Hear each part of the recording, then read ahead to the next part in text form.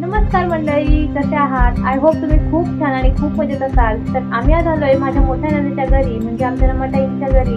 तर तुम्ही माझा पूर्ण ब्लॉग पहा आणि तुम्हाला माझा हा ब्लॉग कसा वाटतोय मला कमेंट करून नक्की सांगा बरं. आम्ही खूप दिवसांनी पुन्हा आमच्या रमाताईंच्या घरी आलो आणि त्यांनी केलेल्या त्यांच्या घरात बदलामुळे त्यांचं घर तर एकदम सुंदर दिसायला लागले. कारण त्यांनी नवीन सोफा, टीपॉय आणि छोटं कपाट घेतले, त्यामुळे त्यांच्या घराचा लुकच फार सुंदर होऊन गेलाय.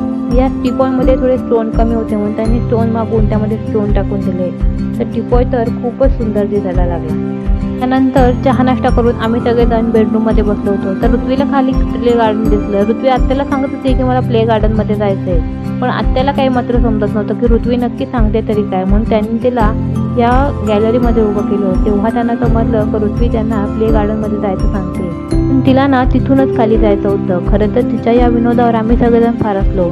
पण बाहेर थोडा पाऊस पडत होता, त्यामुळे आम्ही खाली आलो नाही. पण थोड्या वेळानं पाऊस थांबल्यावरती आम्ही सगळेजण पुन्हा खाली जायला निघालो.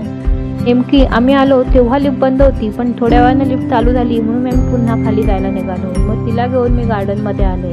पृथ्वीला माझ्या ना झोका खेळायला फार आवडतो. मग तिला आल्या आल्या झोक्यावरती बसवलं. तिचं मस्त झोका खेळत होती आणि देवांशचा आमचा खूप नेक्स्ट लेवलचा झोका खेळतो. एवढ्या उंच झोका खेळतो ना की एवढा झोका कसा खेळतो याचाच मला प्रश्न पडतो, कारण मला तर अजिबात झोका खेळायला आवडत नाही. मी एवढ्या उंच झोका खेळणार तर माझं डोकं फार गरगर होऊन जातं. थोड्या वेळानं झोका खेळून दमली पोरं. मग त्यांना घेऊन घरी आले. घरी आल्यावर मस्त रमाताईनं आम्हा सगळ्यांसाठी आईस्क्रीम मागवलं होतं. मग आम्ही सगळ्यांनी मस्त एन्जॉय करत आईस्क्रीम खाल्लं. त्यानंतर थोड्या वेळानं दीदी घरी आली. दीदी कोण? तर माझ्या छोट्या नंदबाई. आता तुम्ही म्हणाल हिला आवाजाऊ का केलं नाही, तर रमाताई फार मोठ्या आहेत म्हणून त्यांना आवाजाऊ करते.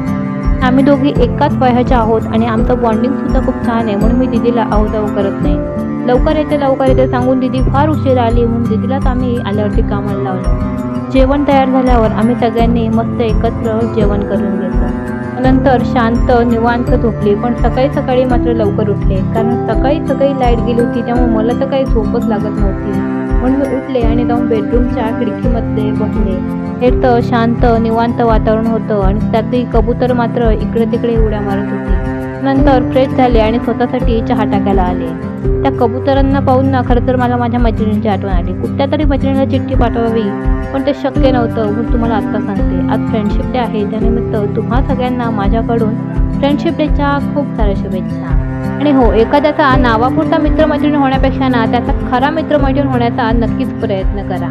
चहा झाल्यानंतर मी मस्त बाल्कनीमध्ये बसून माझा चहा एन्जॉय केला आणि रमाताईनं जसं वस्तू घेतल्यात ना तशी छान झाडं सुद्धा विकत घेतलीत, त्यामुळे बाल्कनीची शोभा तर वाढूनच गेली. चला, आजसाठी एवढंच. भेटू पुन्हा उद्याच्या व्लॉगमध्ये. व्हिडिओ कसा वाटला आम्हाला कमेंटमध्ये नक्कीच सांगा. धन्यवाद.